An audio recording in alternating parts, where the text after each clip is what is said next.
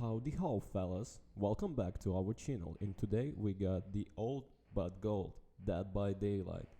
When Dead by Daylight released in 2016, it was received an outrageously silly Halloween romp, a game to enjoy with the friends who wanted to include in a brief, terrifying blood orgy before migrating to the other, more refined multiplayer experience. The premise is simple. 4 players take the roles of survivors stuck in a ghastly, saw-like blood sport, repairing generators to power an exit gate before hitlighting it to safety. The 5th player is a killer, either adopted Volcom from the prominent horror franchise or heavily inspired by one. The killer job is to prevent the survivors from escaping, implanting them on ghastly meat hooks, and leaving them for a mysterious eldritch force known only as the Entity. It's a pure camp, a cinematic murder simulation that delivers gauche/glee. What I don't want anyone saw coming was for Dead by Daylight to mature into one of the best cooperative and competitive multiplayer experience around. In the 5 years since Behavior Interactive released Dead by Daylight on Steam, the game has developed razor-sharp mechanical integra, an ultra-complex of web-versatility builds and strategies, and a divisive suite of the characters, each equipped with relative strength and weakness. What was a comedy horror romp mutated into something much closer to League of Legends and Dota 2 in terms of deep. It may be believing to consider that hardcore players can spend months grinding the reliable power level and optimizing path for Ghostface from Scream, but that's where Dead by Daylight finds itself at the beginning of 2021, an esports worthy venture hosted by Freddy Krueger, Bubba Sawyer, and Mike Myers. Dead by Daylight launched with the 3 distinct killers and a quarter of survivors. The unique abilities oozed with the character. The Hibblihi, for instance, can rev up his chainsaw into a murderous sprint, but the inflexibility of the roster ensures that the gauntlet player out in predictable ways.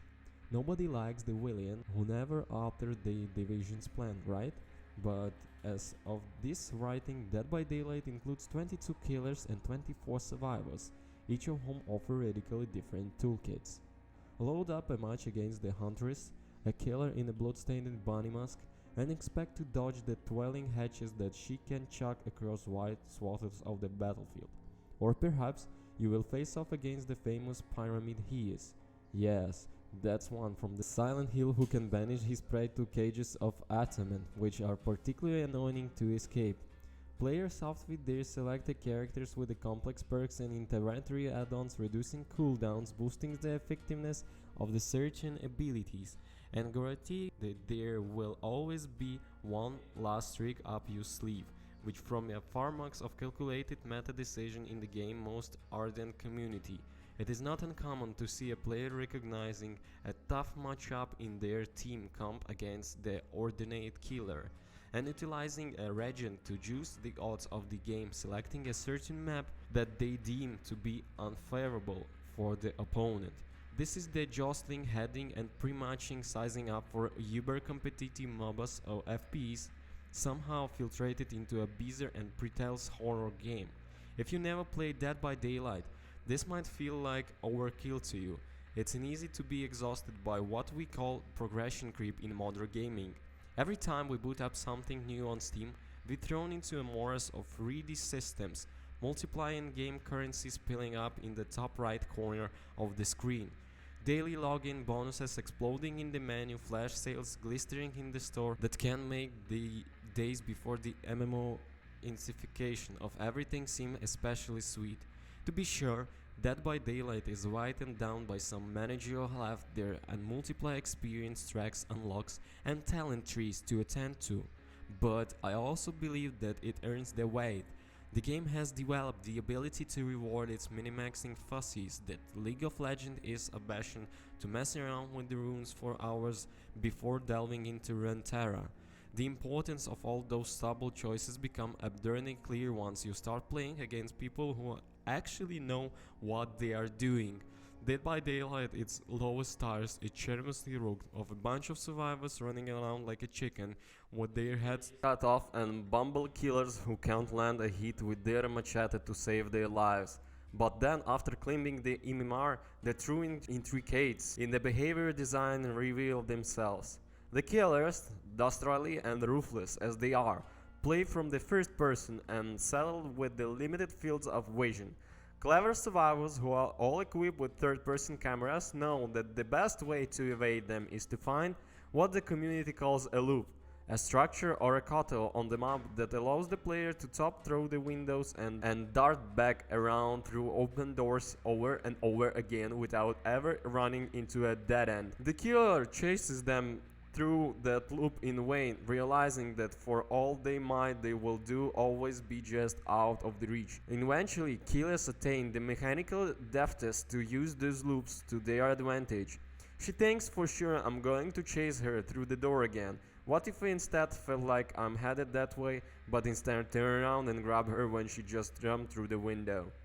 Dead by Daylight is full of little mind games like that, akin to Street Fighter and Tekken, where victory is claimed by innate understanding of what your opponent thinks you're going to do. It is most invigorating after a long series of counter-punches, taking up to the ceiling until one player bundles their moves or lands decisive blow. There is clearly a more satisfying sensation on PC right now. It is funny, Dead by Daylight remains a horror game, and there are still a paranoid thrill to skulking around the marshlands and repairing generations.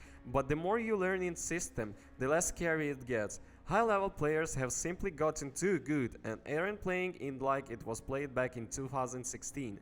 I'd like to give you an example. In every round, survivors will find certain corridors equipped with a wooden pallet.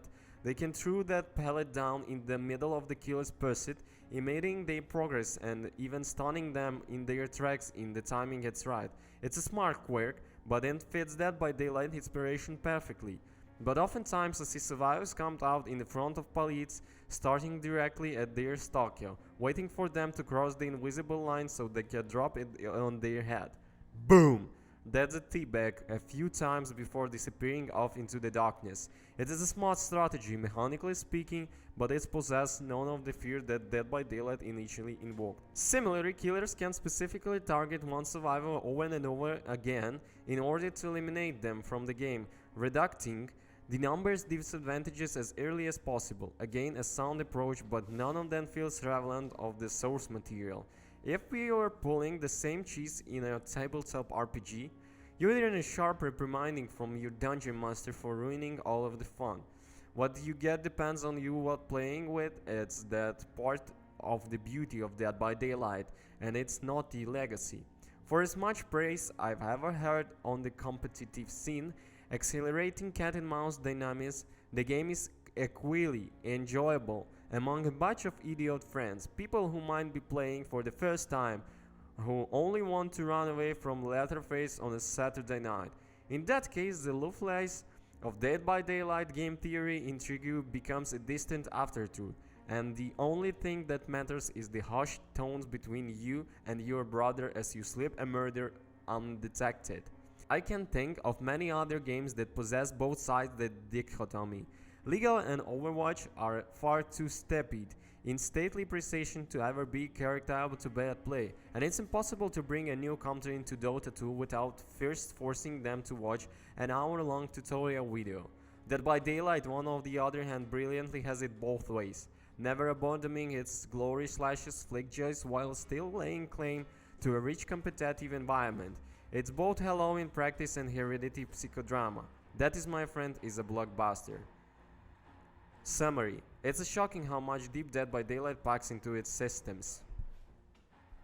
Thank you guys so much for watching. Don't forget to comment and subscribe to our channel. Leave your opinions in the comment section. The links are in the video description.